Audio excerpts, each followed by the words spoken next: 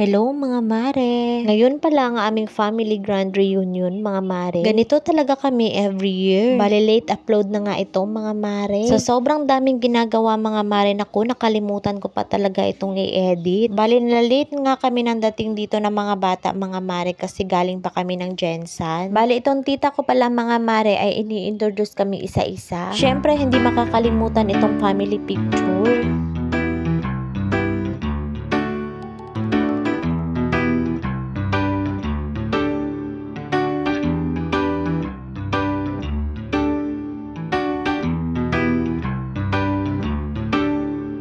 Itong family grand reunion pala mga mare ay side pala ito ng lola ko. At 3 na lang po silang magkakapatid na naiwan. Bali 4 sila nakaupo sa upuan mga mare kasi bisita nila yung isa. At dahil reunion nga ito mga mare, hindi mawawala itong pa-parlor games.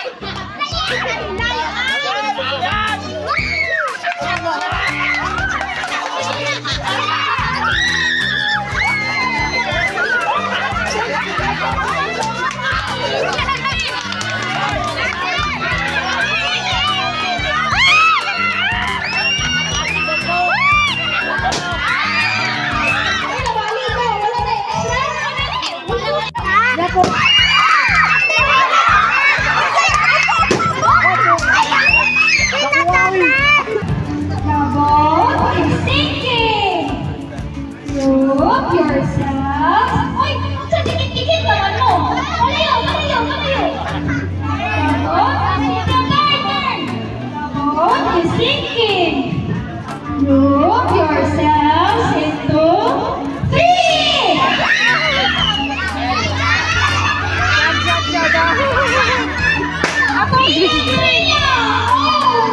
After ng mga palaro mga mare, meron namang singing contest. Masaya nga ako ngayon mga mare kasi nakapuntang ako ulit sa aming family grand reunion. Bali last year kasi mga mare ay absent ang inyong mami Yani. Hindi din kasi maiwasan mga mare na conflict yung mga schedule. Syempre basta mga reunion mga mare ay hindi mawawala yung mga inuman. Kaya naman wag na kayong magtaka mga mare na yung mga boys ay nasa Gedli.